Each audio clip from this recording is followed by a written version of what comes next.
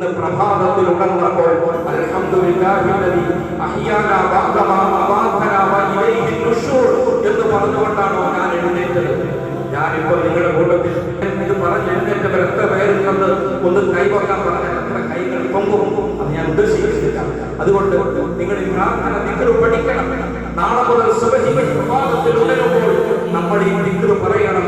സർവസ്തുതിയും മരണത്തിൽ നിന്നും പുനർജീവിതം നൽകിയ അല്ലാഹുവേ നിനക്കാകുന്നു.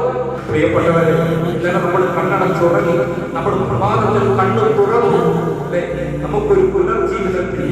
അതേ സമയത്ത് ലോകം ഇന്നലെ നമ്മളെ പോലെ കണ്ണടച്ച് കിടന്നുറങ്ങിയ എത്രയോ ആയിരങ്ങൾ ഇന്ന് പ്രഭാതത്തിൽ പ്രഭാതമായപ്പോൾ അവരുടെ കണ്ണുകൾ തുറന്നിട്ടില്ല, അവരുടെ കൈകൾ ചലിച്ചിട്ടില്ല, അവരുടെ കൈകൾ അവരുടെ ശരീരം നിശ്ചലമായി പോയി, എന്നേക്കുമായി അവരുടെ കണ്ണുകൾ അടഞ്ഞുപോയി.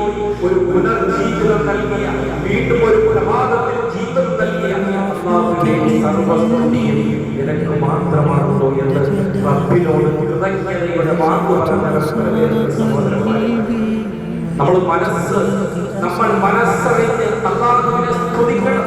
നമുക്കൊരു ദിവസം കൂടി അല്ലാഹു നൽകിയിരിക്കുകയാണ്.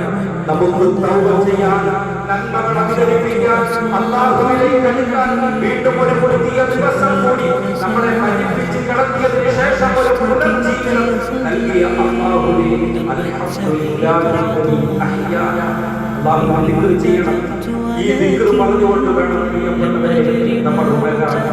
ഈ ഒരു ദിവസം കൂടി ശ്വാസം അനുഭവിക്കാൻ, കണ്ണു തുറക്കാൻ, കൈകൾ ചലിപ്പിക്കാൻ അവസരം നൽകിയ അല്ലാഹുവിനെ സ്തുതിച്ചു വേണം ഒരു ദിവസം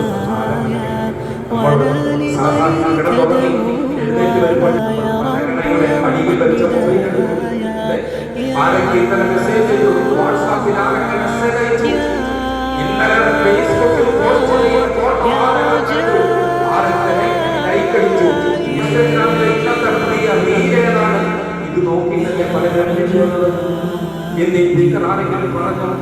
അതുകൊണ്ട് ഒരു ദിവസം നമുക്ക് നൽകിയ പുനർജീവിതം നൽകിയ അല്ലാഹുവിനെ സ്തുതിക്കണം. പ്രിയപ്പെട്ടവരെ, ജീവൻ നമുക്ക് തിരിച്ചു നൽകിയ അല്ലാഹു, നമുക്ക് ചലനശേഷി തന്ന അല്ലാഹു, ഒരു ദിവസം കൂടി ആയുസ് നൽകിയ അല്ലാഹുവിനെ സ്തുതിച്ചുകൊണ്ട് നമ്മൾ